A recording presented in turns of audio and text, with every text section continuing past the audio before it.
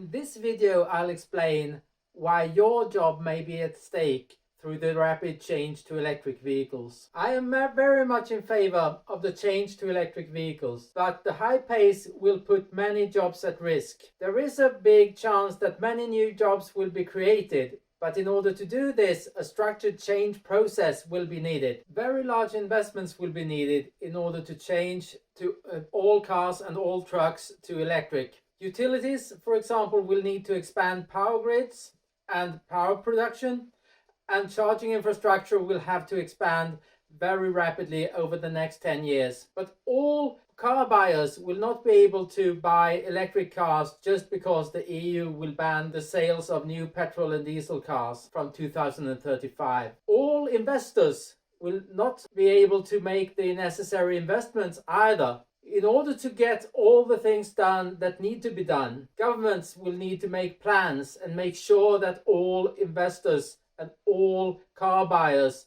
and all other people who will need to contribute will be aware of their roles and what they will need to do. In the absence of structured change programs, other developments will be set in motion. 13.5 million people in the EU work with the automotive industry, and the same number works with suppliers and business partners. A large share of these jobs will be lost. The automotive industry is very profitable and it is a very important driver of economic development. Other industries will be impacted as well. When people lose their jobs, it will be difficult to invest and the purchasing power of many people will be lost. Tax income will be reduced and the ability of companies and people to invest in new technologies will decline. The EU needs to adapt the speed of change to what is actually possible. Petrol and diesel vehicles are the profitable cash cows of the automotive industry, and the EU has decided to wipe out these vehicles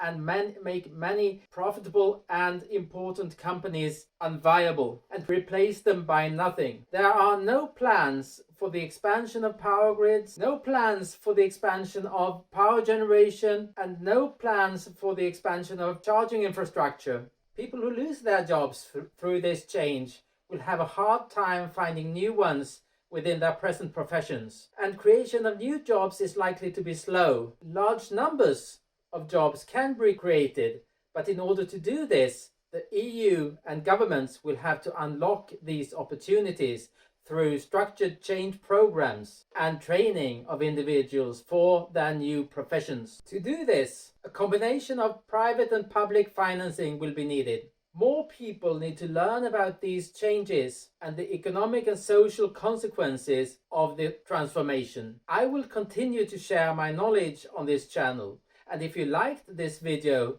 press like and subscribe to the channel.